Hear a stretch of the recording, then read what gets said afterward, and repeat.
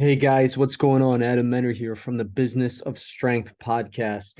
Today, this is my part of our three takeaways from the Arizona event. Dan's doing one, Joe is doing one, and obviously now I'm going to do one as well. This is all pertinent to what each of our talks were at the retreat. And just reflecting on the retreat, it's pretty humbling, for 40 coaches from around the world literally to fly out and listen to what we have to say. Kind of makes me reflect upon my career a little bit and just in terms of where I started and how to get to this point and just what led that, what the actions, the choices and the development of what led to this particular point. And when you speak to a lot of these coaches and these gym owners from around the world and you listen to where they are at their starting point, it's cool to have some foresight and say, hey, I think you should make this decision. This is how it could play out. Or, hey, I believe if you guys did this, this would help you guys tremendously. And you really get that by reflecting on all the actions and experiences that you have had leading up into this point. So for those of you who do not know, my name is Adam Menner. I'm here, partner of the Business of Strength, and also my role at Varsity House Gym is the director of training of the entire company. That refers to our smaller gyms, our main HQ in Orangeburg. I joke, but my job is, I'm a chief people officer, chief coaching officer, and really just making sure that our coaches and our community are served to the best of my ability. In regards to on the community front, they're getting a great experience. The product, they're getting results. They feel extremely included. From our coaching side, I'm helping level up their skill sets and their knowledge so that they have further career trajectory, but most importantly, so they can service our clients to the best of their ability as well to make sure that we are all moving in the right direction. And so when I look back at, the talk and speaking with all of these gym owners and these coaches from the retreat, there's really three key points. And I'm going to list them in least importance to the most important in regards to what I heard from conversations at the social, asking questions at lunch, after my presentation, just chopping up earlier in the morning before the event got rolling. And these 3 points are super important. And so without further ado, let's begin.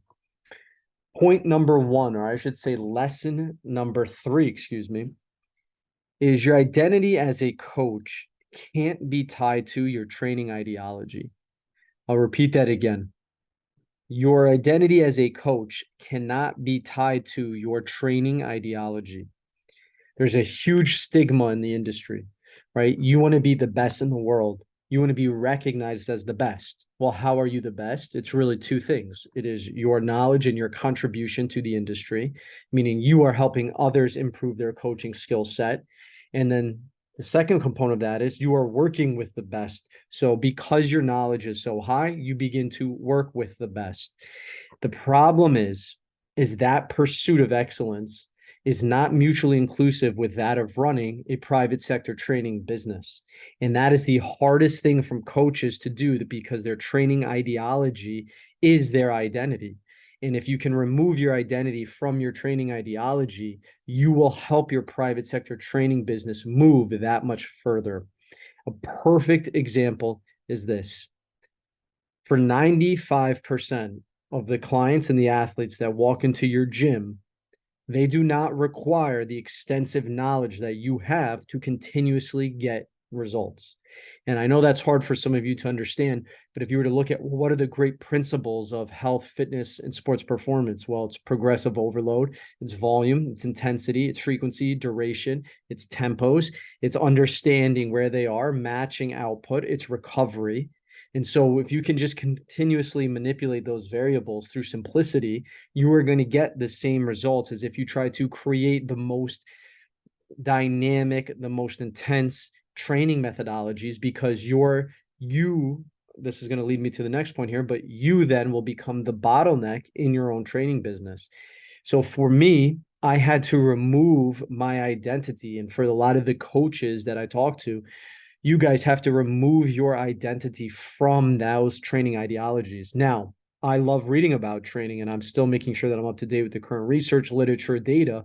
However, I know that I have to have a certain lens through which I filter everything through to teach our staff so they can continuously get results with their knowledge or their level of knowledge. If you are the bottleneck, meaning everybody wants to come to you, this begins to create discrepancy in the service where you then are the only one who can get results and do everything, and therefore everybody will flock to you, and then you are bottlenecked into the training. Now you're doing 25, 30, 40, 50 hours a week, and you are in your business, not working on your business. And so you have to remove your ideology, create the systems, the framework, teach it to another coach, appoint somebody else to be the point person for that system. And now your responsibilities are more about higher level tasks. And so your inability, I should say, and this is what I told a lot of the coaches, to actually let go of your training ideology and let go of your training identity, if you will allow you to grow much quicker. Because if you have a training business, this goes back to my initial point under here, lesson 3. If you are a training business owner, you have to focus on leadership, the finances, the economic objectives, hiring, developing, the marketing, the sales. Those are real tasks that in any business, not just a training business, is going to allow you to continue to make revenue, to continue to grow, increase your margins, because you have an obligation to provide a life for your coaches. You have to pay them well. You should focus on giving them PTO, benefits, 401ks. You're creating a real company in the private sector industry that does not exist, that wants them to want to come work for you and continuously be there, and then they can contribute, so forth and so on. But that is the gateway, right? It is a character decision of, hey, I, Adam Menner, no longer am going to be the face of the training ideology. I can still love it. I can still talk about it, but that's not my identity. My identity is wrapped in who I am as a person, my character, my leadership ability, what is my role within the business? How can I continue to move our coaches forward and provide our clients with the best experience, not necessarily the X's and O's. With that being said, that leads us to lesson number 2, which is leadership while coaching your coaches, right? Leadership is more than just teaching the best training ideologies.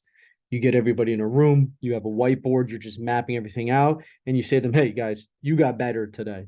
It's like, yeah, they maybe did, they got smarter, but what did they do to level up their character and their skill sets that's going to help the overall mission of the business, right? And that includes stuff that we're going to talk about in lesson number 1, the most important one. But you as a leader, right, when you're leading your coaches, you have to do it in twofold. Number 1, yourself, how you conduct yourself, how you dress, how you speak, how you act, right? Do you stay late? Do you get there early? Do you do the things that you don't want to do, right? Because I say this to our staff all the time. Everything that you guys want in terms of career trajectories on the other side of everything you don't have to do. And the same thing applies to you guys listening. If you want to, right, if you want your coaching staff to level up and take on managerial tasks and become the real point person in that business, well, you have to spend a lot of time with them, leading them, teaching them, showing them, letting them doing it, letting them fail forward, and then revisiting, the metrics that you guys set out of what success clearly looks like. Which leads me to point number 2 under leadership is not only do you exemplify yourself, you have to create true metrics in what it means to be successful within your business. Hey, just deliver a great session, do great. Well, that's not real leadership. They don't know where they're going with that. Real leadership is, hey, you have 3 touch points. I want to hear your name this. You have to be swift. You have to make sure you put all the information in TrueCoach, roll out their mats, ask if they want to water. If you do those 10 things, now I can define, hey, you do all those 10 every single session that I've seen you on over the last 2 weeks. You know what it takes to deliver a world-class session. You, for lack of better words, have graduated, and now you're ready for more responsibility. Same thing can go with the economic side, and I know Dan and Joe will talk a lot about that as well. You have to have clarity in terms of what success looks like as a coach, that you know that they are doing even when you are not present. And that is a huge thing as it pertains to leadership. So you exemplify yourself, you have clearly identified what success looks like. And remember, time is spelled C-A-R-E, care. You have to care a tremendous amount.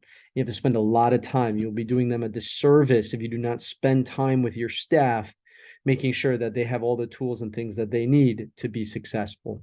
So lesson number 2, leadership with coaching your coaches, guys. You can't just hire them and let them go. Spend lots of time with them, clearly define success, and be an example yourself.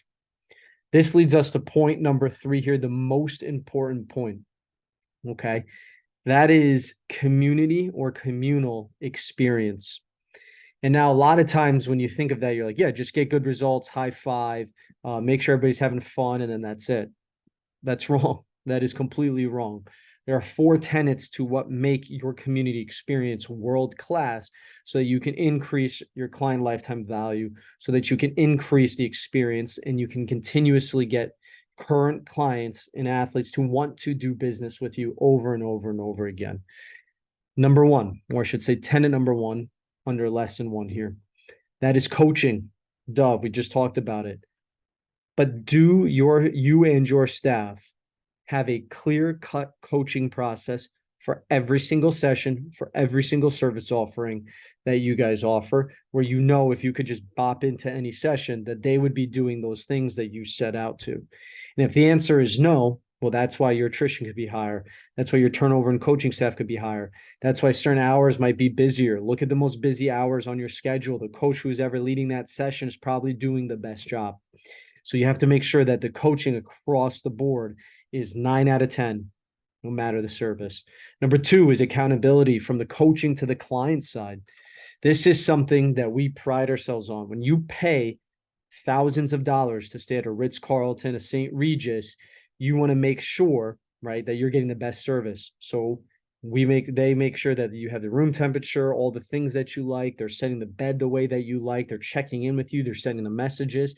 That's accountability because they know that you paid a lot of money. Same thing with us. How are you doing? We send impact cards, discretionary spends. How can I serve you better? What would you like to see in your training? Do you want me to fill up your water? Rolling out the mat every single time. We are providing the Ritz-Carlton of experience. Number three, exceeding expectation, or tenet three, exceeding expectation. Whatever that is of what people think they're getting, go 8, 9, 10 levels above that, and you do that through accountability. Lastly, is just having built-in defensive tactics. And I talked a lot about this at the event, so I don't want to peel it back too much. But here are just some examples of this. One, running an attendance report to see when people are coming in. If they miss sessions, call them. One time a quarter, one time a month. How can I serve you better? Call personal calls and emails to clients. Impact cards. You could do these one time a week, a personal message, handwritten in the mail, right? Hey, I love having you guys a part of the gym. You really are great friends and part of the community. Number four, discretionary spend. Buy them a gift, take a picture, do a write-up. Number five, acknowledge milestone check-ins, 500,000, $2,000, 2,000 check-ins. Think about for your own self with that point, for example. Where have you ever gone 2,000 times? Not to a gym, except for your own, right? So you have to make that the biggest deal that shows impact. So there you have it, guys. Here's my breakdown. 3 lessons. Your identity as a coach can't be tied to your training ideology, leadership with your coaching and coaches, and great communal experience and accountability. So if you guys have any questions here, you guys can shoot us an email. We would love to, if you'd love to schedule a strategy call with Joe, Dan, or myself, we would love to help you solve problems in your business. And our next 2-day BOS event in person here is November 29th and December 1st. That's a Thursday and Friday. I highly suggest you guys be there. In-person events are the best. We get to answer questions, eat lunch, go out to dinner, the whole nine. So thanks so much, guys. If you guys found this valuable, we'll talk to you soon.